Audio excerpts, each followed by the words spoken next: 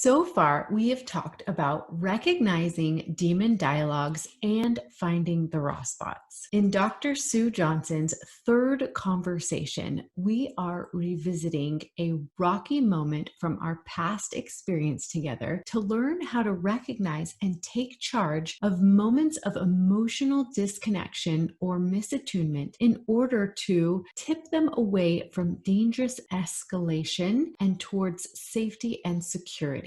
The purpose of revisiting turbulent arguments or disagreements from the past is to use what we've learned from the first two conversations to pinpoint and analyze key moments when insecurities spiraled and figure out a way to cut conflict short and move in a different, more positive direction. To reconnect, partners must be able to de-escalate the conflict, work together to curtail negative dialogues, diffuse fundamental insecurities, and create emotional safety. There are 7 basic steps to de-escalating disconnections. The first step is called stopping the game. Here, we are slowing things down so that we can see the patterns of right and wrong, victim and villain, you versus I, that have been created in our relationships. Step 2 is to claim your own moves. This is kind of like watching ourselves back and recognizing our physical patterns of movement. It's like watching game tape to analyze our techniques in sports. Number 3 is claiming your own feelings. Now, this requires looking inside to identify the raw spots or wounds and understanding the driving force behind our behaviors. It's helpful sometimes to make these admissions by using the language of parts. For example, part of me feels this when I see this. Number 4 is owning how you shape your partner's feelings. We need to recognize how our usual ways of dealing with our emotion pulls our partner in and ignites their deeper attachment fears. In order to take control of demon dialogues and soothe raw spots, both partners must own how they pull the other into negative spirals and actively create their own distress. Step 5 is asking about your partner's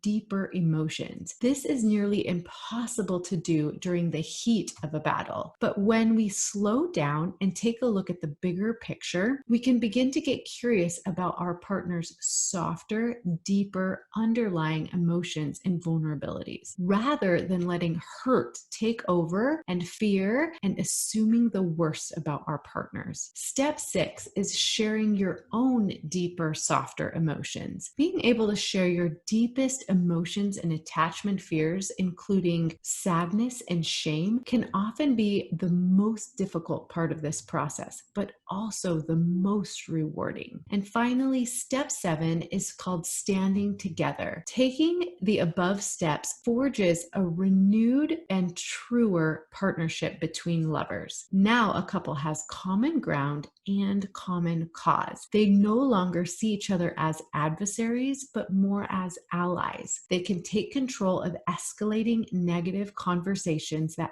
feed their insecurities and face them now together. By doing this 7-step process over and over again, partners begin to develop an understanding of each other and a confidence in their ability to take charge of moments of disconnection to reshape their most precious relationship with each other. With what we have learned in the first 3 conversations, we are on our way to de-escalating conflicts. But to really have a strong, healthy, and loving relationship, we must be able to not just turn around these negative patterns that generate attachment insecurities, but also be able to create positive, powerful conversations that foster being accessible, responsive, and engaged with each other. That is what we're going to start talking about next week.